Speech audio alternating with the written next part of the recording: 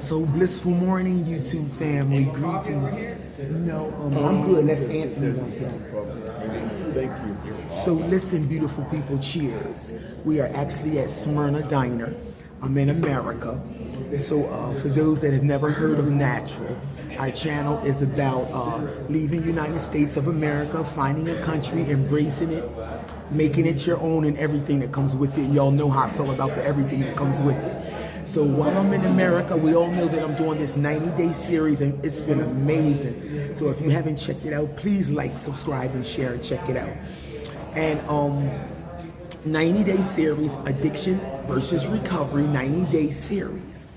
So this is episode 5, and today I'm going to be kind of whispering because we are in a diner, and I'm with one of my friends. We excited about recovery. So I have a friend here today. He's more than a friend. I don't even feel right using the word friend. Friend, brother, confidant. He's just everything to me. So if you have somebody in your life that's everything to you, we've trailed this process together. So we're going to ask him a few questions today. We're going to allow him to conversate with us because all right, nice to meet you guys. Thank you. Yeah, some lovely people in the diner. We don't really deal with the word, we like conversations. We don't like interviews. So this is not an interview. We're having a conversation. So make sure you like, subscribe, and share, and he'll be with us shortly. So this is my friend, my brother. Yes. He's finding himself a comfortable space. Yes. So I'm going to allow him to introduce himself first. Who are you, sir? My name is Anthony. I don't know what you want me to. Just give us a brief synopsis of who you are. That's all. A brief synopsis. Yes. I don't know if I'm going to be talking about being a recovering person. Yes. You will. I've been recovering from addiction for the last 29 years, and I'll be celebrating 30 years actually in September. Congratulations. September 22nd. And it's been a wonderful journey as I see it. A person who have journeyed and charted through different, I want to use the term landmines in life. Yes.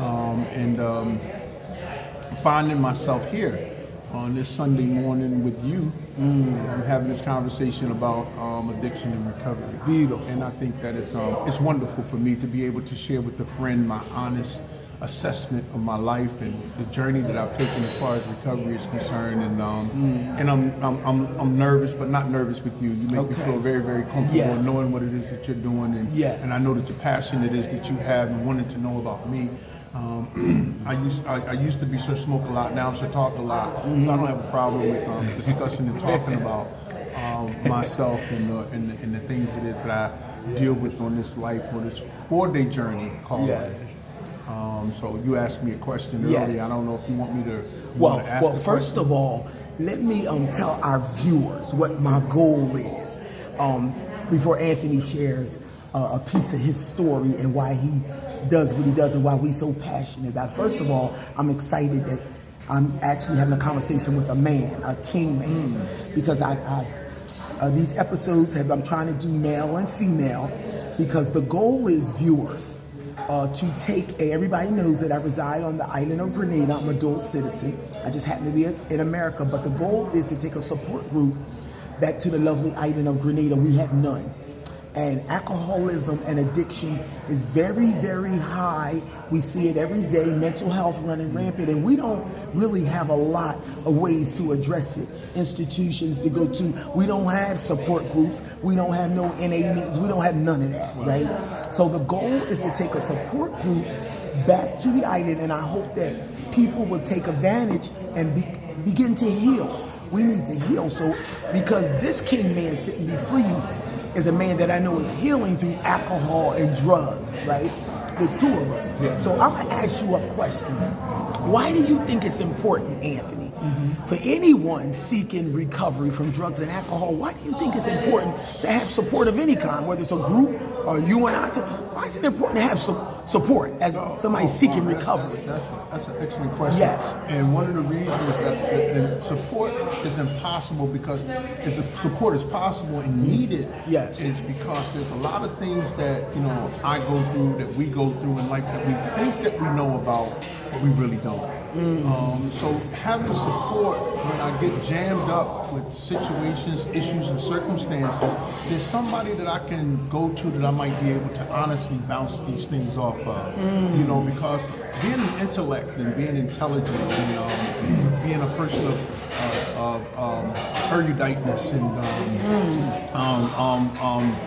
regality, sometimes you can outsmart yourself with the little things that's going on in life, like having those little things that you're really afraid of. Those things that you need to talk to somebody about, that you're really apprehensive about because you want to know, but you don't know, and you don't want to be honest with yourself about what you don't know. Okay. So having a support group will give you that level or that platform, so to speak, to know that I'm feeling out of sorts this morning, and I need to get my spirit planted. Yeah. Because I may be taking this issue out on someone that doesn't deserve it. So Beautiful. A support group will help me get me grounded and channeled and centered back in the direction that I may need to go in. I like that. That was very meaty. Thank you so much. I'm trying to hold on to the thoughts and things you were saying. You mentioned something. Why is it more difficult? This is just my opinion. As a woman in recovery, watching you as a man in recovery. Now, women will come right in, fall right in, start sharing about the reasons they gave up on themselves in the first place. Because, by the way, if you're putting poison in your body day after day, we're not talking about people that can have a drink or drink. Everybody that uses and is not an addict. We're talking about the ones that know they are, or the ones that don't want to acknowledge that they are and know they are, and your whole life has passed you by. These are the people that can benefit from this group. Why do you think men seem to struggle? Because see, if you're putting alcohol and drugs in your body to the point where your life is just floating past you, that's where the disease of addiction comes in. Why do men seem to struggle a little bit harder about sitting down, figuring out why they done gave up on themselves in the first place, coming to these support groups? They seem to struggle a little bit harder, sharing the truth about what it is that makes them drink and drug day after day, because it's very unhealthy. It's very difficult for a woman to be attracted to you in active addiction.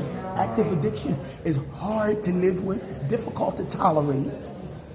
And you continue to live your life like that. Why it seems a little bit more difficult for men to get honest about why they're giving up on themselves? Well, that's a very interesting question, and then I can't speak for every man. Yes, okay. But I can only speak for this man. Okay. And in speaking for this man, a lot of that fear has been generated behind the fact that I've never asked my mother the questions that I needed to ask her growing up. Oh, I like that. I never found a need or understood the need to develop a relationship with my mother. Wow. And what happened as a man-child growing up, the little boy lost contact with what he needed most was a motherly love. And so I relied and depended on what I've learned is what I know about life or living came from misinformed people. Yes. And I stayed in a circle of people and men who were misinformed, who did not have father figures in their home, who relied on each other, who didn't have a father to teach them what they needed to know about having intimate relationships or having an intimate relationship with a mother or with the parent. And my mother was doing the best she could to give me what she had, but I was so defiant. And because my mother didn't know what she was talking about because she was a woman. Okay. Okay, thank you for sharing that. Yes. Thank you. Well, that's beautiful. That's beautiful. You said a lot, because those are the things you definitely have to get in touch with. Yeah. Asking your mother the question, or going back to the beginning of when it all started, which it probably started for most of us, childhood, and we just live our lives or think we live in our lives when we ain't really living at all. We're existing. Well, one thing, recovery gives you an opportunity to live, people. And this is what we're trying to take back to the island. At least that's our goal. So one more question, Anthony. I appreciate yes, you. yes. Now, I live on a beautiful, lovely island, 38 square miles. Wow. No support. Lots of people. I have a handful of people who are y'all, have taken the place of y'all. Not taking the place, but they're there. In that way, I share who I am, so the support can be tight. And could you live in a place like that? Oh, yes, I could. Yes. One of the things that, after all of this time Yes. being in recovery and aging, and trying to going on the inside and looking on the outside, but what it is that I want, a place from where it is that you live is what I fantasized about Yes. growing up as a child, finding great joy and beauty, in my surroundings. I have to create it here, but my fantasy is to be in places where I can actually walk outside And and be free. experience the smell of the ocean.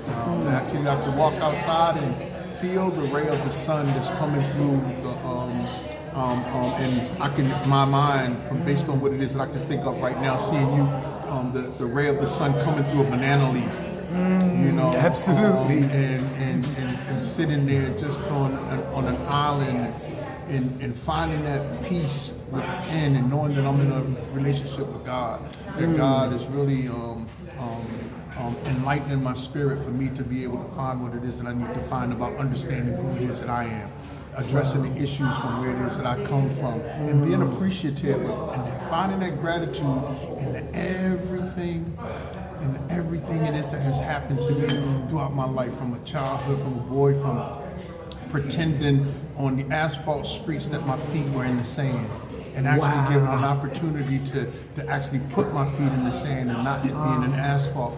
And the reason I'm able to share this experience because I've had the experience of going to different islands since I've been in recovery, going on cruises and traveling to different places has given me the opportunity to be able to express that. Even going to down Florida and Miami, and every year going to a place called Jekyll Island where we retreat as men and going to spiritual retreats. I get that, but to think that I'll be living in a place like that is mind-boggling. Absolutely. Well, let me tell you, you said a mouthful, because those are all the reasons I moved to lovely Grenada. But being clean and free from alcohol and drugs afforded me that ability.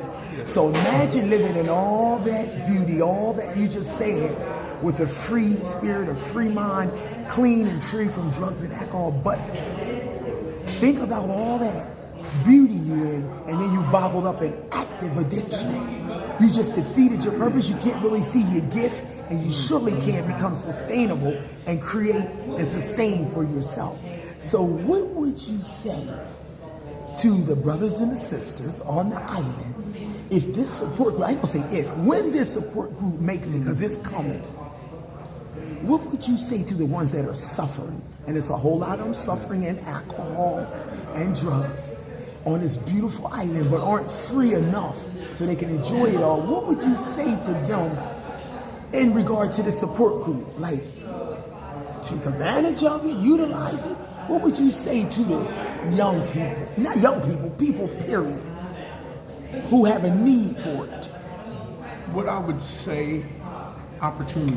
Sometimes taking advantage of opportunities don't always look like an opportunity. Come on now. It's a portal to opening up your mind to be able to explore not only the things that you have been nightmarish about, living in your nightmares, but it gives you an opportunity to take a look at, is this really what addiction and the disease have done to me? Is this really how it is that I want to spend my life? And to be able to address those fears and be able to stand firm behind the bottle, stand firm on who you are without it. Just see if you can find the same courage that you find when you take that drink or you smoke that drug, or find that same courage and say, if I found the courage to find it, I can also find the courage to look for who I am. Anthony, I love you. I love you. If we can find a way to do that, if you're young and just know that, you got one life, but you get many, many opportunities to change the course of your life. No one can do it for you. No one can do this for me. It's something that I have to do for myself, and I have to want it for myself. I can't want it for my mother. I can't want it for my brother. I can't want it for my sister. I can't even want it for my neighbor. It's something that I have to want for myself. And if an opportunity presents itself to give me an opportunity to experience me, well, I'll take advantage of it. And this is what recovery has given me the opportunity to do, to experience me, to experience the inner thoughts, the inner feelings, the inner emotions, and let those things out, even when I don't understand what it is I want to understand. There are people who can help me understand what I don't. Wow. And it has been so rewarding. It has been so uplifting. It has been so encouraging. It has been so much. And what I've learned to do is embrace the moment, as I'm doing right now, because a young lady by the name of Rasha, she says the moment is all there is, and this moment is all that there ever will be. You cannot live past the moment. So I enjoy each and every moment that I get to experience this wonderful thing called life. You got me emotional over here. So there you have it. Take full advantage of the group. The group will be Alcohol is a Drug, Grenada, Support Group Grenada. Alcohol is a Drug, Support Group Grenada. Please like, subscribe, and share. Anthony, thank you. We love you.